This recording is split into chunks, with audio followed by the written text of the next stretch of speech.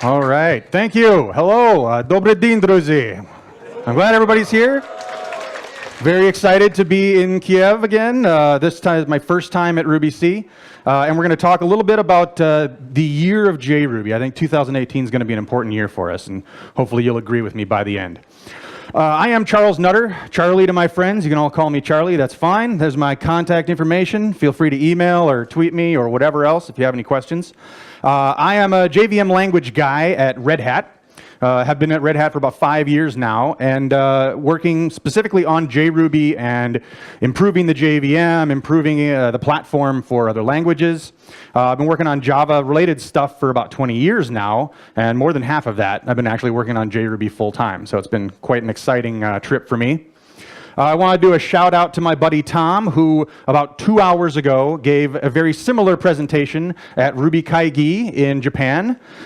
We've been working together on this for 12 years and having a lot of fun, seeing a lot of sites, and drinking a lot of beer together. Speaking of beer, oh no, what's that? I remember these things are tweaky. Speaking of beer, how many people like beer? All right, if you didn't raise your hand, you know someone who does. I am a beer lover. It's one of the big reasons I love traveling around and trying out new stuff. And I brought some American craft beers with me for people that ask questions about JRuby. I've been tricked on that one before. If you ask a question, I'll be happy to hand you one of the beers you like. Or if you're able to get something running on JRuby and show it to me before the end of the conference, I'll also give out beers as long as I have some left. So we got 3 here, an Oatmeal Brown that's pretty nice from Surly Brewing, one of my local breweries. I have Furious, which is a dark American IPA, pretty hoppy and heavy, good stuff. And I also have Foggy Geezer. It's a New England IPA from the original brewer of Surly, and it's a New England style pale ale, the hazy kind, which is one of my favorites lately. All right, so moving on here. Another shout out for Red Hat, allowing me to do all this travel and do all this work on JRuby, so bye Red Hat. Let's get into it. So JRuby, how many people have used JRuby before? All right, this is a perfect room. There's only a few folks in here. How many people have heard of JRuby before? All right, most folks have heard of it, yes. So we're well known in the community, but we need to get more of you to try out JRuby. Let us know what you think of it. So what is JRuby? Well, we always tell people it's just Ruby. JRuby is a Ruby implementation first. We work primarily on compatibility, Ruby experience, running applications the way you want to run them, the libraries you want to use, and all of that.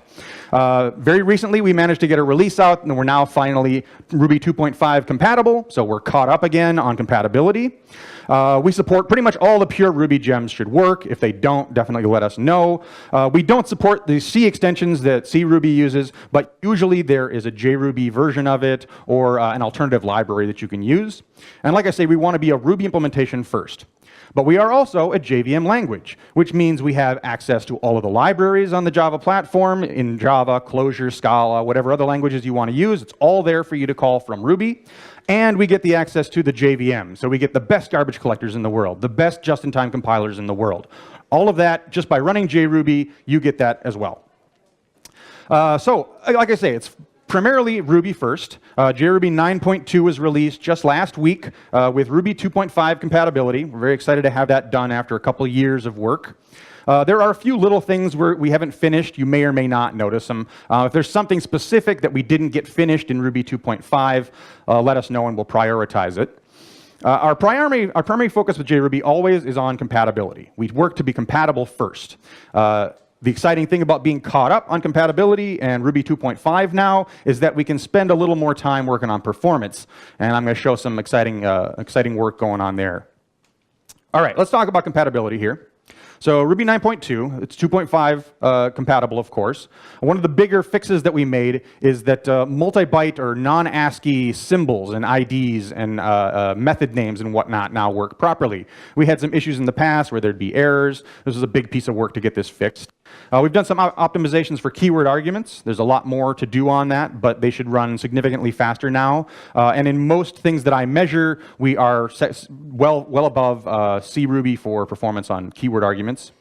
And most exciting is that we're really starting to prepare for the next round of optimizing Ruby. We're starting to look at new JVM features, new ways that we can compile Ruby down to JVM bytecode, and try to get as fast as possible.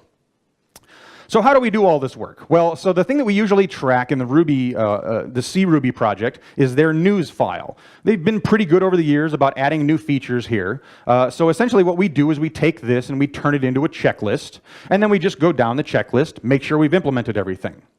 We also use the same test suites that CRuby uses. In fact, we use more tests than just about any other Ruby implementation. But when there's a new Ruby released, we update our copy of their tests. We make sure as many of those tests pass as possible. Something like 99% of the new tests for 2.5 we were able to get passing. And then we do the same process for Ruby Spec, which is the spec-like version of the Ruby test suite that's getting more and more tests over the years. If you go into our GitHub project, JRuby, you will see there's a Ruby 2.3 issue, a 2.4, a 2.5, and so on. And we just generate this basically off of the news file, go down the list, make sure we've got everything done. So if there are features that we do not have implemented, or something from 2.6 that you're particularly looking forward to, want to make sure we have it, it's a great opportunity to help us out. You can learn more about how Ruby and JRuby work internally. We are happy to accept code in Ruby. If you want to implement a Ruby feature in Ruby, that's usually the first way that we implement it. We implement it in Ruby, we go back and optimize it later, or just leave it there. Maybe it'll optimize well enough on its own. So you can help us and get to know Ruby and JRuby better along the way. We're always standing by. We've got an IRC channel on Freenode. We have our JRuby Gitter, and we're all available on Twitter. So if you have any questions or you want help learning how to get into JRuby or Ruby implementation stuff, let us know. So that's CRuby, like basic Ruby language compatibility. We also run tests for a whole bunch of different libraries, like Rails and Rake and Ruby Gems. Rails in particular is a key target because it hits so many weird edge cases and so many aspects of Ruby APIs that even the core Ruby tests don't.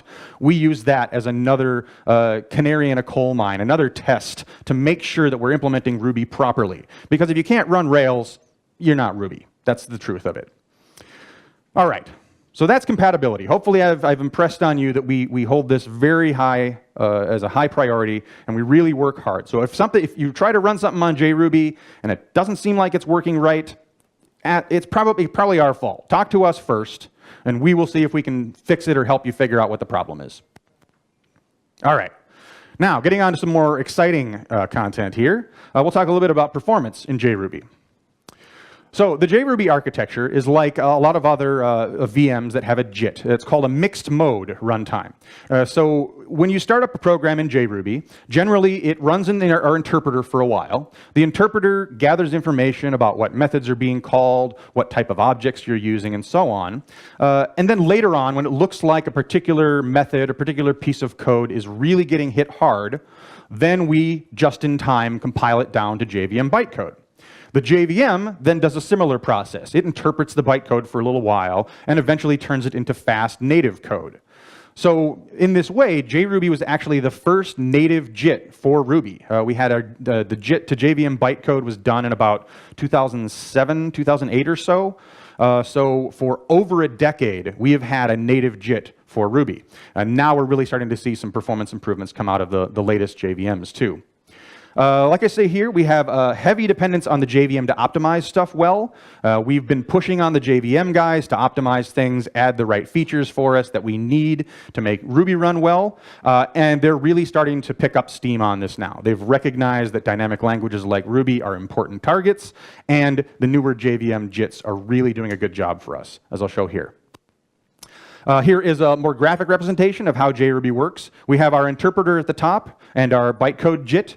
So we run the code in the interpreter for a while, JIT it down to JVM bytecode, and then the JVM has a couple different layers of compilers that it will go through to optimize code, turn it into a native code in memory.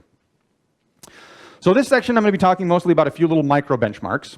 Now, micro benchmarks are really fun to run. All of the Ruby implementations do it. I mean, everybody's seen a Fibonacci benchmark, or how fast can I run this loop that does nothing? So it's fun, but not really useful for all of you in general. It's kind of like judging a person by how much they can bench press. You don't really get a good view of that person's political ideals or the way they live their life by how much they can lift. And that's really what micro benchmarking is. However, running micro benchmarks are very useful for us. because they show improvement over time. They show how we're optimizing very specific things in Ruby. And so I have a few interesting micro benchmarks that we're using lately to test some of the new compilers, the new JVMs that are available. All right, this first one basically is just testing calls to array aref, the bracket call to get an element out of an array. And the reason that we've been testing this a lot lately is because in 9.2, we reduced the overhead of making this call. So there's another aref, another bracket method on string. The one that's on string needs to be able to access the backref variable, this $tilde variable. And this is a very troublesome variable for us because it isn't stored anywhere specific. It sort of just magically appears, and then it can be accessed by a call you make, like a gets call or a regular expression call. So whenever we see a method that's the bracket call, and we're not sure what type we're calling, we have to set aside space to make sure that backref is going to have somewhere to go just in case you needed it. And in JRuby 9.2, we've reduced the cost of doing that quite a bit. So it doesn't de-optimize as much. If you're making this call, it won't have as much an impact on performance. So this is what the benchmark looks like. We've just got a simple array. We pass it into our little foo method, and it tries to get the 0th element out of it.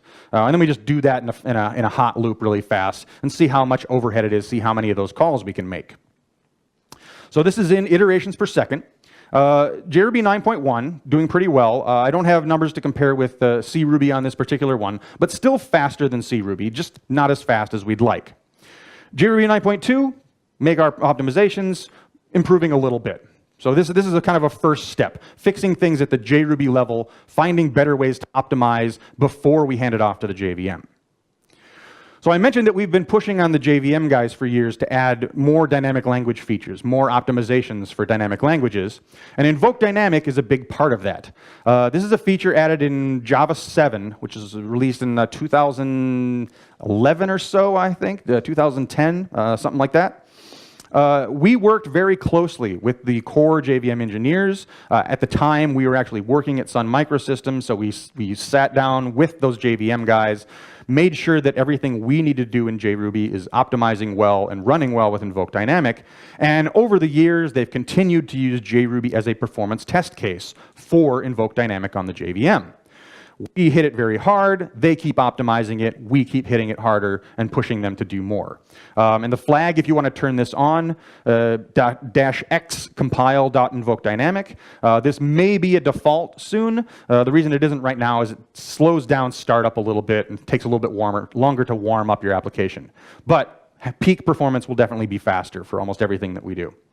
So let's see how InvokeDynamic affects this. JVM feature, we just kind of worked with them. The JVM guys did it right.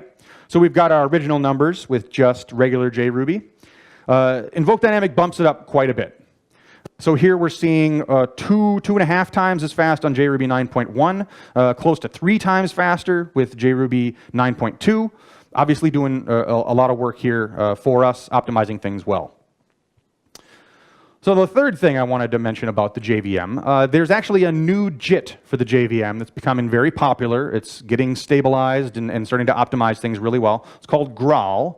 It's a JVM JIT, a native code JIT that's written entirely in Java.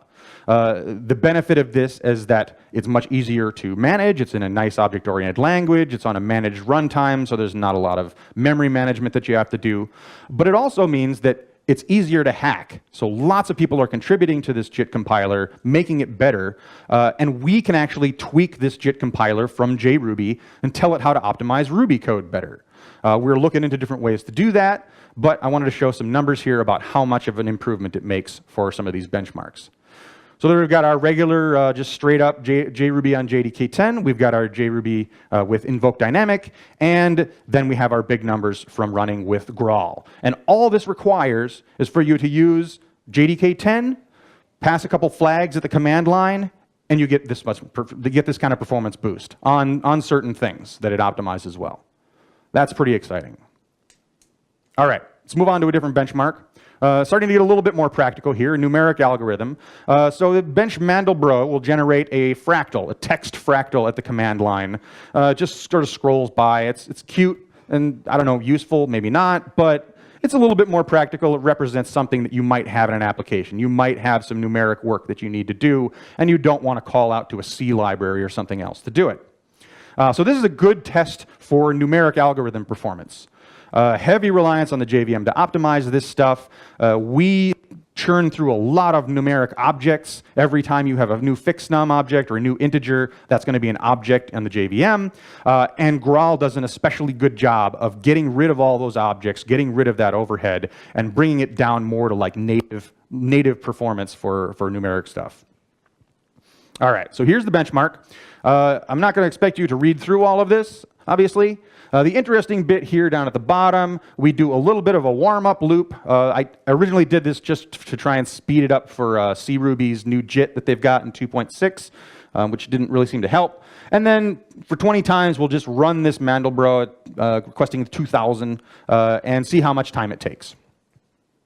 All right, so now this is total execution time, and lower is going to be better here, obviously. So we start out with JRuby 2.5, the current standard release, about 3.5 seconds or so. Now I was hoping that the JIT would do well with this. It really only helped a tiny bit. And this may be, the JIT is very new, it's still a young project, it's not really evolved yet. I would expect that it should be able to do a better job on this in the future. So don't take this as the future of Ruby's mJIT. Standard JRuby with no other flags, the way you'd run it at a normal command line. Obviously, we're coming in faster than JRuby, not by a ton, but comfortably faster. If we throw InvokeDynamic at this, that sweeps a lot of method call overhead out of the way. Methods take less performance to call, they take less cycles to execute, and all the code can optimize together. The JVM is able to see through all of our dynamic calls, optimize it as if it was static Java code. Now, the really exciting thing is if we throw InvokeDynamic and Graal at a numeric algorithm. Bam. This is now getting down to the point of native performance, native 64-bit long or double performance for a numeric algorithm without using a statically typed language. That's incredibly exciting. That's why I think this is going to be a very big year for JRuby. Now we have the compatibility, we can run Rails apps faster than JRuby, and we can do this kind of performance for the hot pieces of code that you need to run fast. So this is very exciting. I know somebody would probably ask about this. There's another project out there called Truffle Ruby, which is also using the Graal JIT. They've got a very different architecture for how Truffle implements Ruby, how they run Ruby code. And so people would want me to compare. And this is actually what the numbers were I ran just the other day. With this JIT and with our standard compiler, the standard JRuby, we actually can beat Truffle Ruby by just a little bit on this particular benchmark. Now, this is not going to apply to all benchmarks. They have many more interesting ways of optimizing code than we do, but this means we can keep up, we can catch up with them and still be a standard JVM Ruby. So we're very excited about that. All right, the last one, this is the most practical benchmark of the three. This is a pure Ruby red-black tree implementation. So the point here is that we want to see if we can implement data structures in Ruby and still have them perform well. A lot of times, Rubyists have to go out to a C library to do something like this. Ruby just can't keep up, can't crank through all these objects, can't traverse all these graphs very fast. So we want to be able to do this entirely in Ruby. And this is the test we've been using lately to test it. I won't show you the entire red-black tree implementation, CS 101 kind of stuff. You can imagine what it looks like. Here is the benchmark. So it creates a bunch of random nodes in this red-black tree. It traverses the tree, searches it, adds more, deletes them, and clears it all and whatnot. So basically just exercising all the different aspects of this red-black tree library. So how does this look in JRuby? Well, so we have JRuby numbers here as our baseline, 1.22 seconds or so for JRuby. JRuby's JIT, again, helping a little bit here, not as much as I'd like to see, but it's early days. Actually doing slightly better than standard JRuby. At this point, we're talking about regular JRuby, regular JRuby. The overhead is not really in the execution. It's in all the objects that we're creating, all of the graph walking that we're doing. And without any extra tricks, we come in roughly the same performance as JRuby. But again, we've got InvokeDynamic that helps us out. That pushes the performance way below, or way above where JRuby's performance is. The times are much lower. You get more done in less time. And I mentioned that Graal optimizes some things well. some things, it may fall back a little bit. And we're working back and forth with the Graal folks to make sure that these sort of performance regressions don't happen. We are also going to be hacking on the Graal JIT ourselves, and we can start to try and figure out why this is not as fast as the standard InvokeDynamic version. All right, so that's a baseline performance for you. Let's talk a little bit about JRuby on Rails. That's the big killer app for JRuby and Rails even today. So this has been a long journey. JRuby really got its start when we managed to first run Rails in 2006. How many people were developing Rails in 2006? There's a couple. Oh, it's more than I expected. That's pretty good. That's a long time to be working on a project, isn't it? I know. 12 years on JRuby, 12 years on Rails. More power to us, I guess. So this is almost as long as Rails has existed. I think I saw David Hansen present Rails for the first time at RubyConf 2004, and that was like 0.8 or something at that point. And then, got releases out, and we started trying to run it. That's what got Sun Microsystems interested in us. That kind of made JRuby into a real going project. Since then, we've got thousands of JRuby on Rails instances around the world. Companies like Square, folks like the BBC, Comcast, SoundCloud. There's all sorts of folks that are running JRuby in production because of the performance benefits they get, the scaling benefits, the true threading that you get, better use of the platform.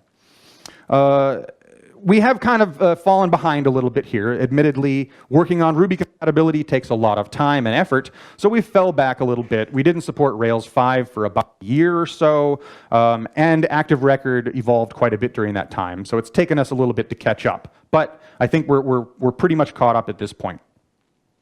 So Active Record, why is Active Record a challenge for us? Active Record in CRuby uses a bunch of C libraries. It uses the PG library to call into PostgreSQL, uses the MySQL library to call MySQL, and we don't run those C extensions. So in order for us to support Active Record, we have to use what we have available on the Java platform, which is the Java Database Connectivity API, JDBC.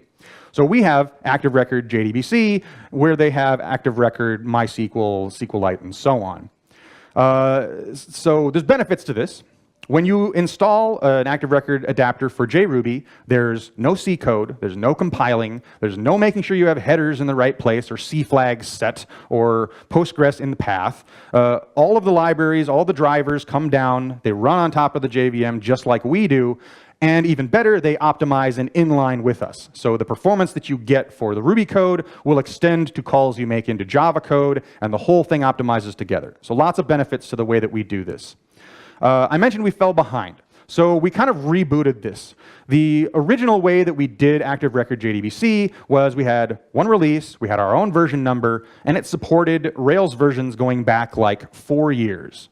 And anybody who knows how the APIs have evolved in Rails knows what a challenge it would be to have a single library that supports 4 years of Rails releases. It was way too complicated. If you looked through our code, it was constantly, is it Rails 3.2? Is it Rails 4? Is it Rails 4 whatever? Is it Rails 5? Insane to try and maintain all of that. And then across like 6, 7 different databases that we supported, trying to make it work on all the JVM versions, it's too much. So we are now taking more of the Rails approach. We will release a version that matches Rails. So for Rails 5.1, you will use Active Record JDBC 51.x and 52.x for 5.2 and so on. So we can still do our own versioning of Active Record JDBC independent of Rails, but you'll always know which version of the driver goes with which version of Rails, and we don't have to maintain that code anymore. We've also cut down the number of databases that we support. We're going to support the big 3 that come with Rails. If you're using Oracle, we recommend the Oracle Enhanced Adapter that I'm pretty sure everyone's using for Oracle on Rails anyway. Anybody here using DB2? That's what I thought. So we supported DB2. The code is still out there, but it is kind of up to the community now to keep that going. Just don't have a whole lot of DB2 users out there these days. And the best part about this is that we're sharing almost all of the code that makes our adapter work with Rails. We're using the same code. We just have a very small piece underneath that we have to override some methods, do a little tweaks on our end, and then all the regular Rails code just works. So the example we like to use is MySQL support. The old adapter for MySQL was about 1,600 lines of Ruby, many more hundreds of lines of Java code to go along with that. When we did this reboot, the 5.0 version, the 5.0 Rails version of this, the 50.0 adapter for MySQL, went down to 284 lines. And there's actually a lot more we could remove here. There's little bits and pieces we could get back into Rails. We could get them to share more methods through modules rather than putting them on classes. So we can probably get this down under 100 lines of code to support MySQL on JRuby. Just a few calls to do JDBC logic and translation of those types back and forth. And the Java and JDBC code actually shrunk quite a bit with this too. Now the cool part about this is for the 5.1 support, when we did the 51.0 adapter, only 6 lines had to change. And this, obviously there's more than 6 lines changing here, but this is just a comment about we don't need this in the future. We need to work with Rails to get this method fixed on their end. So 2 methods of 3 lines each that we had to add to support Rails 5.1. Way better than anything we had in the past. So how well does this run? I mentioned compatibility is important. We run Rails tests. This is JRuby 9.2 with Rails 5.1.6. And this is, I think, pretty solid. It's not quite 5 nines passing, but it's close. So 99.995% of the Rails tests pass on JRuby, far more than any other implementation. Really, there's no other implementation that you'd use in production, but the ones that can run it are nowhere near this. And that remaining 0.05% of these tests, or 0.005% of these tests, a lot of them are things like this. And we're like, okay, well, we're not going to spend too much time trying to make sure that your time zone test is exactly right down to the millionths place, because you're probably not going to miss that. And these are frustrating for us because we have different date and time libraries, we have different JSON libraries, and they all do things slightly differently. So these are not necessarily important things that we're just ignoring. These are kind of edge casey things.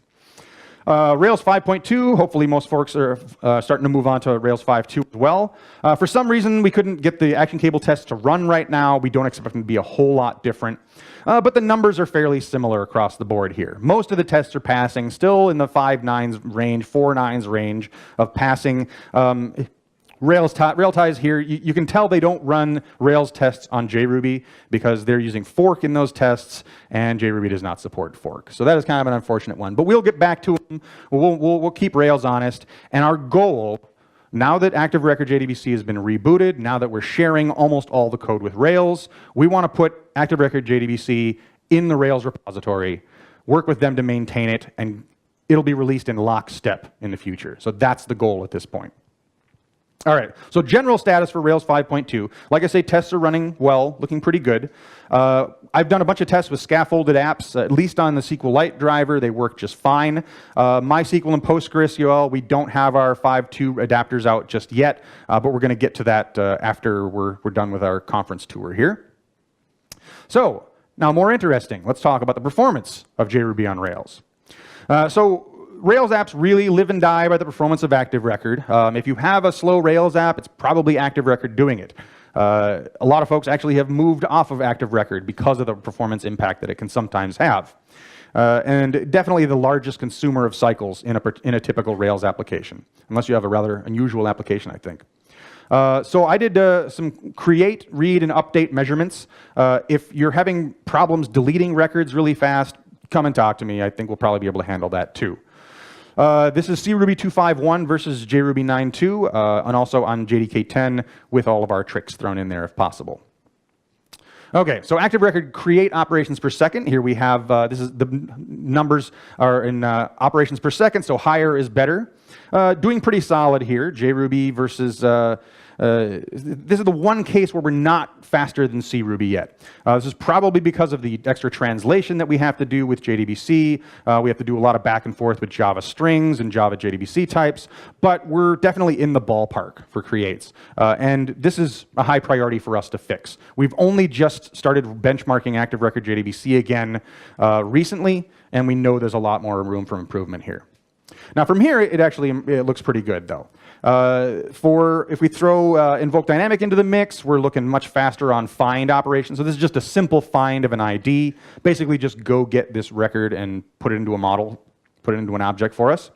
JRuby Graal, again, here is falling off just a little bit, but still faster than CRuby. So if you're using Graal for a hot numeric piece of code, you should still be faster than CRuby with everything else too. If we do select operations here, again, just plain JRuby falling a little bit behind CRuby here, but we throw some JVM magic at it and we jump out ahead again. 4,000 operations versus 3,000 for CRuby. So again, the key things you do with active records should be faster on JRuby. We've got find all, so we want to get all records of a particular type. All cases are faster than CRuby in this one.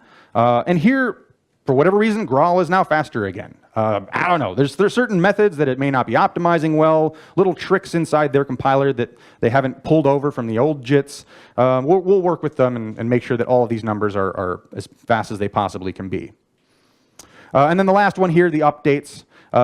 CRuby not doing particularly well here. I think a lot of this is because JDBC does a lot of work optimizing calls into the database for us. This is mostly just feed some data to the database driver, let it go do that work, and there we get the benefit of running on top of the Java platform, letting it optimize all the database stuff for us. Okay, so that's straight line performance of active record. The last section we're going to talk about here is actually scaling Rails up. So this has been a classic problem on CRuby, on MRI.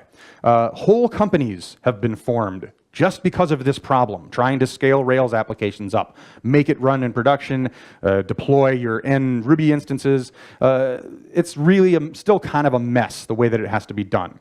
What's the problem here? Well, the problem with CRuby is that you don't have any concurrent execution of threads. If you want to be able to handle 10 concurrent users, you need 10 Ruby instances to be able to handle those requests. Otherwise, they won't process at the same time. They won't actually execute at the same time. So we've got multiple processes. Even with copy on write tricks that they do in the Ruby VM, you're still inevitably wasting a lot of memory. You're duplicating a lot of runtime state. You're duplicating a lot of data structures in memory. And this is money wasted, time and money wasted. How many people have had to move to a bigger machine just to scale up a Rails application? Yeah, of course. I mean, eventually you get to this point. You bump up against a memory limit or a CPU limit. You're not able to scale it anymore. Now you've just doubled your cost by throwing another server at it or going up to the next level on EC2, for example. We actually had someone switch to JRuby. So JRuby, because we have actual concurrent threads, real parallel threads, you can take a single JRuby instance and run 10 users through it, 100 users through it, 1,000 users through it. We had reports of people using JRuby with small Sinatra applications handling 10,000 concurrent requests. Impossible to do with CRuby unless you scaled it out with a massive number of processes, probably more than you're going to fit on a typical server. So this makes a huge impact on your bottom line. The folks that we talked to made a transition from CRuby to JRuby. They were having a lot of trouble scaling. They were spending some insane amount on extra large instances on EC2. They had lots and lots of them, like 20, 30 extra large instances. Just switching to JRuby, doing a little bit of work to make that transition. They went from something like 30 extra large instances down to like 10 or 15 mediums. Now, if you price stuff out on EC2 or any of the other clouds, this is like $35,000 a month that they were saving just by making this move. Took them maybe a week's worth of work to figure out how to get JRuby in, change up some of their dependencies. I think that's worth it. $35,000 savings a month on servers alone. And they don't have to worry about scaling as much in the future. All right, so how do we measure this? We'll measure Rails performance. So we're going to be doing requests per second. This also includes active record. So active record is going to be part of this. It's a full stack benchmark. And I say requests per second, so this is basically just a scaffolded model. There's not really any good small Rails applications that I can use to test this. So it's a generated application, but it is a full stack request. It's going through routing, it's going through the database. Do about 4,000 requests just to make sure everything's cached and warmed up. This actually even helps CRuby a little bit to get everything loaded into memory, make sure all the instances are primed. And then measuring every 10,000 requests how fast we're going, how many requests we're cranking through the system. This I'm running on an EC2 C4 extra large, so this is a compute optimized version. So this is going to be the best CPU access that we can get, equivalent to about 4 CPUs, 4 virtual CPUs. and about 7.5 gigabytes of memory, although we don't even touch that with this benchmark.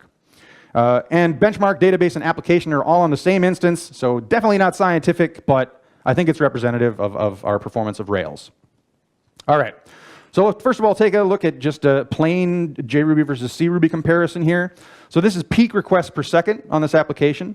This is really the first time I've done this benchmark for real that we've seen JRuby be faster than MRI, and significantly faster here. Usually we're about on par, maybe slightly slower in the past.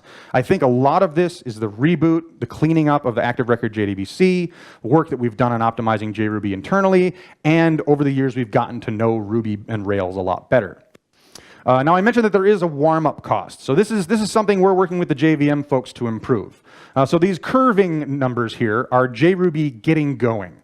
The previous slide was peak performance. How fast do we get once everything's compiled, once everything's optimized?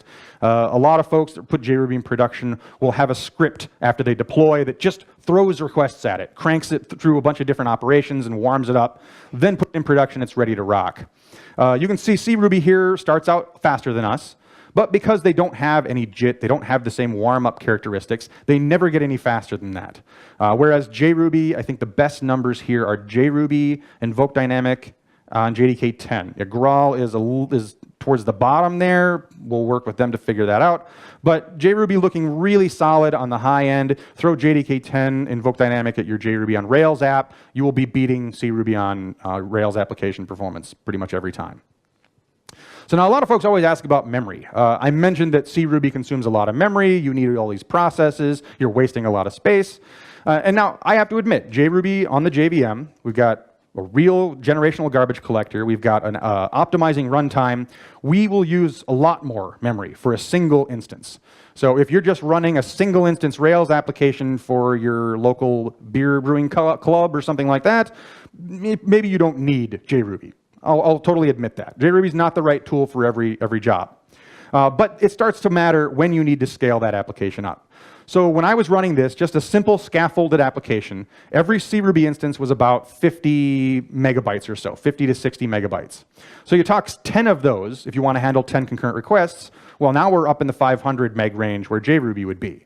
And then if you want to keep scaling this out, you can do the math. What's 100 concurrent users going to cost you? What's 1,000 concurrent users going to cost you?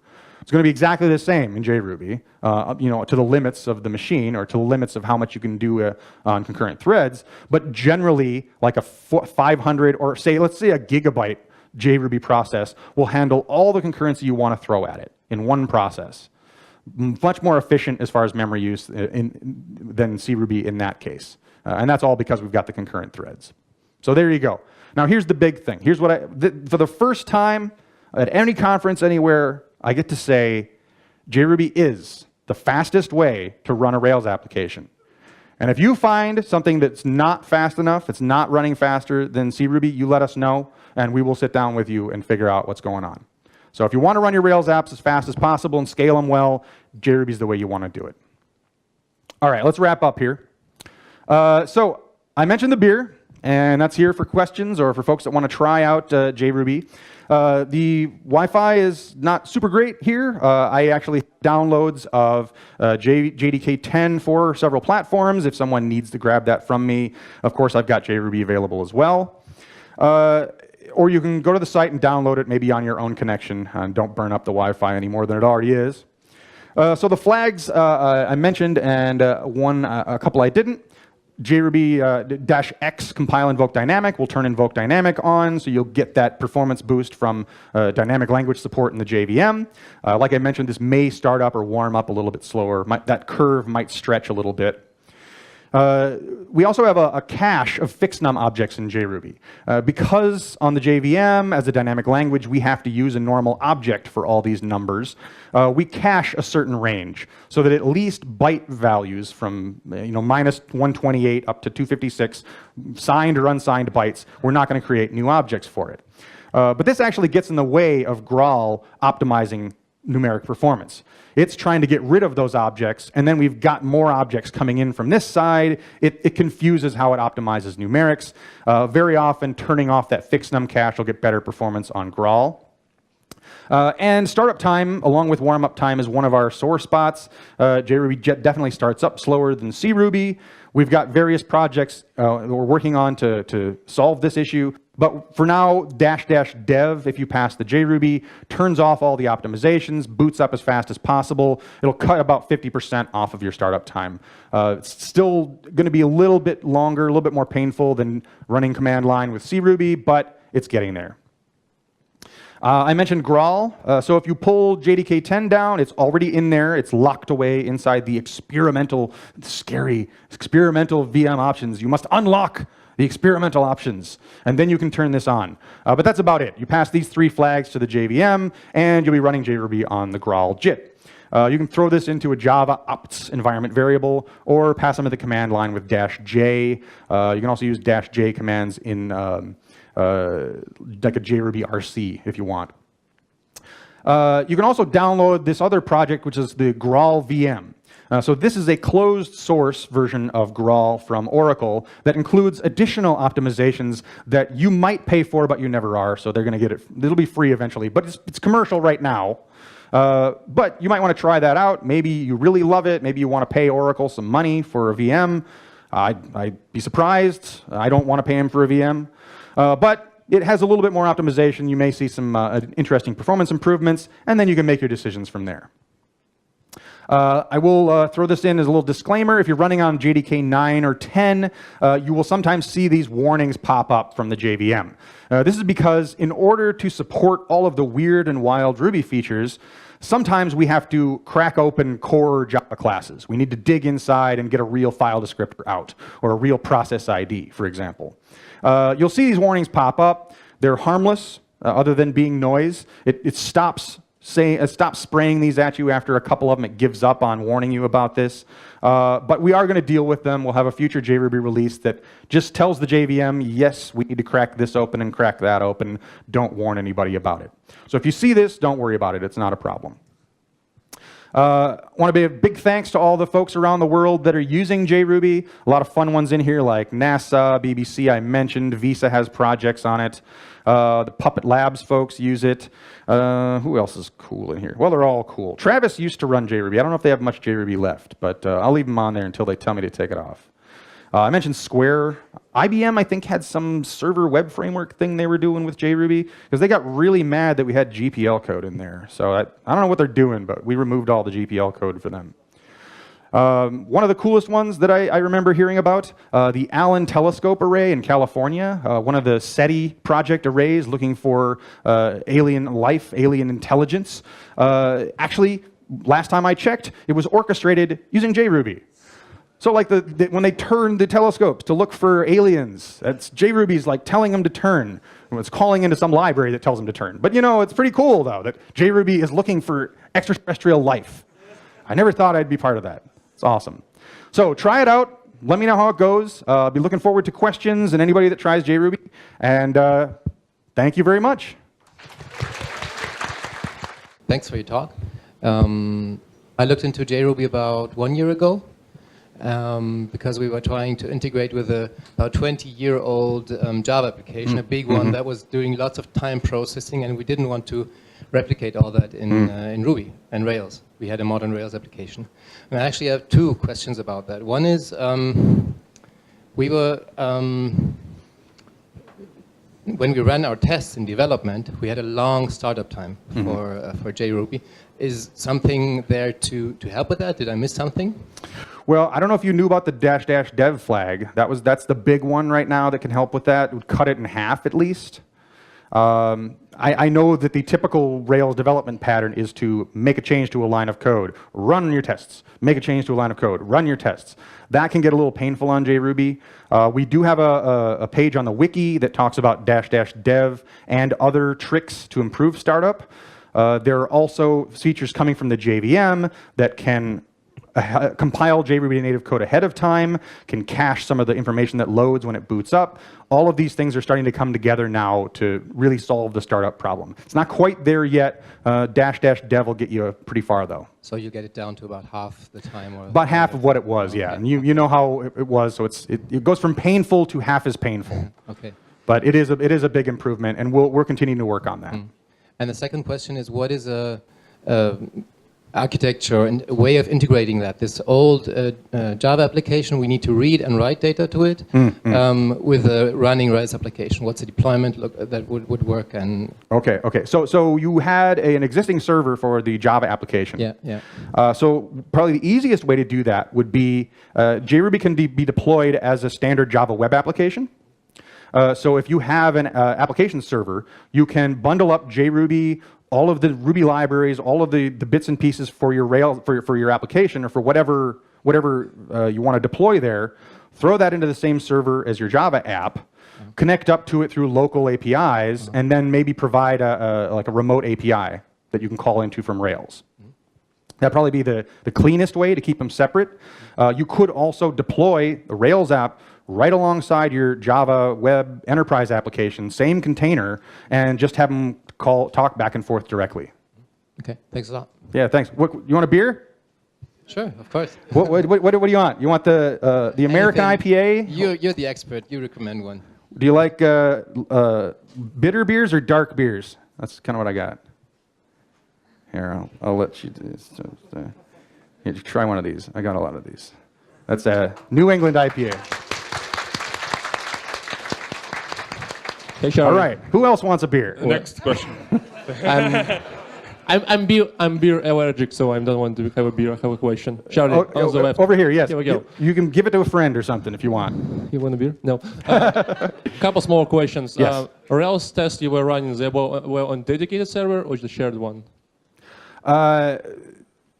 Dedicated. The Rails server. benchmarks that I was running. Benchmarks. I was running those on EC2, so it was not a dedicated server. You mean like? Yeah, not a dedicated like All machine. Right. No, it was. But it was a compute instance. I figured pretty close. So. Okay, no problem. Do you have any like Docker like image publicly available you can play around for JRuby? Yes, there is. We don't maintain one officially. We got a lot of things on our plate, but there are a couple that we kind of bless as pseudo-official out there.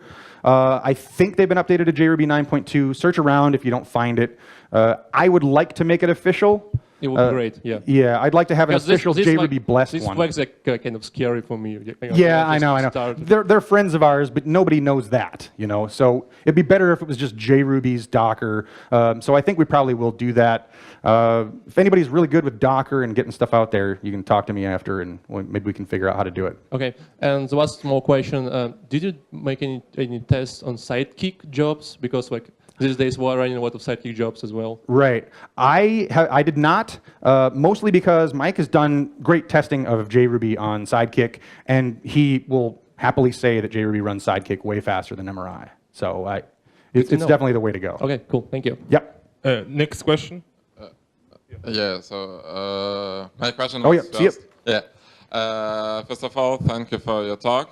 And my questions might sound a little bit silly, but just interesting.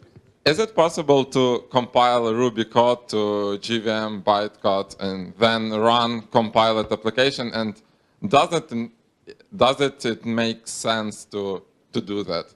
Okay, compiling Ruby code down to JVM bytecode ahead of time. We're pre-compiling it. Yes.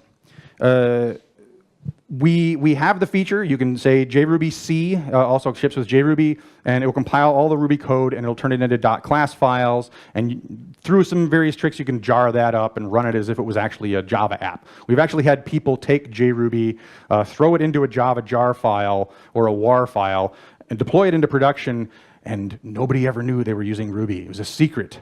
But yeah, get Ruby into your production environment without anybody knowing about it. As far as performance goes, doing that really has no benefit other than hiding the Ruby code. If you just let the Ruby code run normally at runtime, we will eventually do that compiling for you. It may help startup time a little bit. We still need to explore that. I'm also very excited to try and do pre-compile Ruby code to JVM bytecode and then use their ahead-of-time compilers. So it'll actually be native code before you even start up.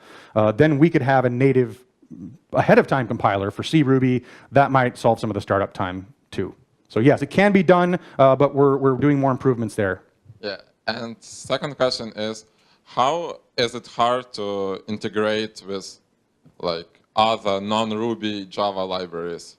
So is there a breach or something? Right. No bridge, no bridge. So the code looks exactly the same.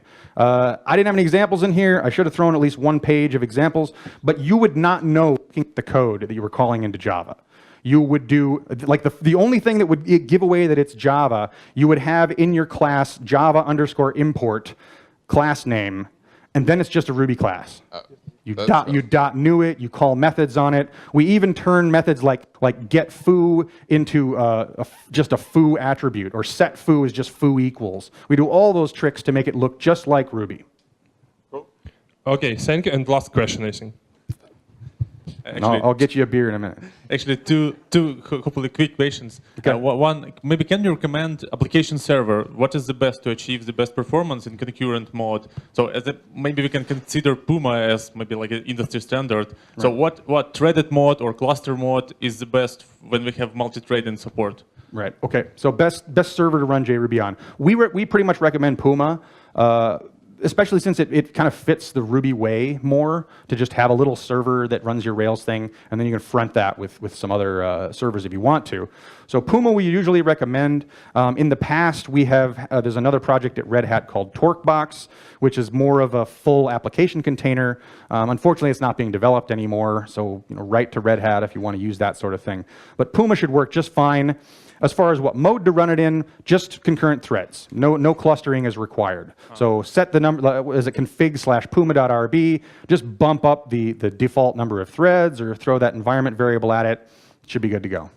Oh, great. And maybe, so as I understand, so Red Hat is actually sponsoring the development, yes, of JRuby or something like this? Yep, that's correct, for about 5 years now. Just like a quick understanding, what is the interest of the Red Hat as a company in making this product for such a long years, and you're still behind of JRuby? So what is the interest? That's a great question. So the explanation that I've got for why they seem to love this work is, number one, we are pushing the JVM, and Red Hat is very gung-ho about making the JVM work. We were one of the first ones to have a fully open source version of the JVM out without any of the binary plugs. We've got a whole JVM team that works on this stuff. We're a good project to have within Red Hat for the Java folks and for the Ruby folks that are interested in running on the JVM. Beyond that, Red Hat is kind of a wild and crazy company. We don't want to just be like an IBM that only does business software. We try lots of stuff. And hiring 2 guys to work on JRuby is not a huge thing compared to how many people are working on application servers or Red Hat itself. This is a small amount to pay for us to have a pretty cool, pretty fun project that is useful to a lot of folks. If more and more people use it, maybe this will become a standard part of Red Hat Enterprise Linux. That's what we're kind of gunning for. We'd like to get it into a product. We're not there yet, but get more users on it, get more feedback, maybe we can get there. Yeah, thank you. And guys, we have not so many time, so last question. Yeah, one last and interesting question. So you mentioned numeric performance. Mm-hmm. Does it translate into matrix multiplication? How far are we from training CNNs in Ruby? Right, matrix multiplication. So for that, there's a couple libraries I'd recommend. I would love to see. I don't know of a good Ruby matrix library that could test out. But I'd love to see what sort of performance we get with Graal on a matrix multiplication. The fact is, it may be able to get rid of intermediate results. It may be able to get rid of intermediate arrays and matrices. It may actually do it significantly better in Ruby. But there's JVM libraries out there for doing that kind of stuff. I bet we could run it significantly faster than JRuby. I just don't know how much faster. Yeah. So how far are we from seeing like NumPy in Ruby? NumPy and Ruby. I think that day may be coming pretty soon. Both us and the Truffle guys are pushing on the Graal compiler a lot. We're going to be doing more and more optimization of arrays and objects and hashes that hold numbers, so that when you're doing an array-based all numbers, ideally it will optimize down and be fast numeric operations. There's also support for like CUDA kind of stuff, GPU usage on the JVM. That's coming around. JavaSCL? You mean Yeah, yeah, exactly that sort of stuff. Compute engine kind of stuff, and that we will also be able to start leveraging once it's available for the JVM. That's great news. Yep, exactly. Thank you very much. Thanks. Yeah. Thank you, Charles. All right, thank you.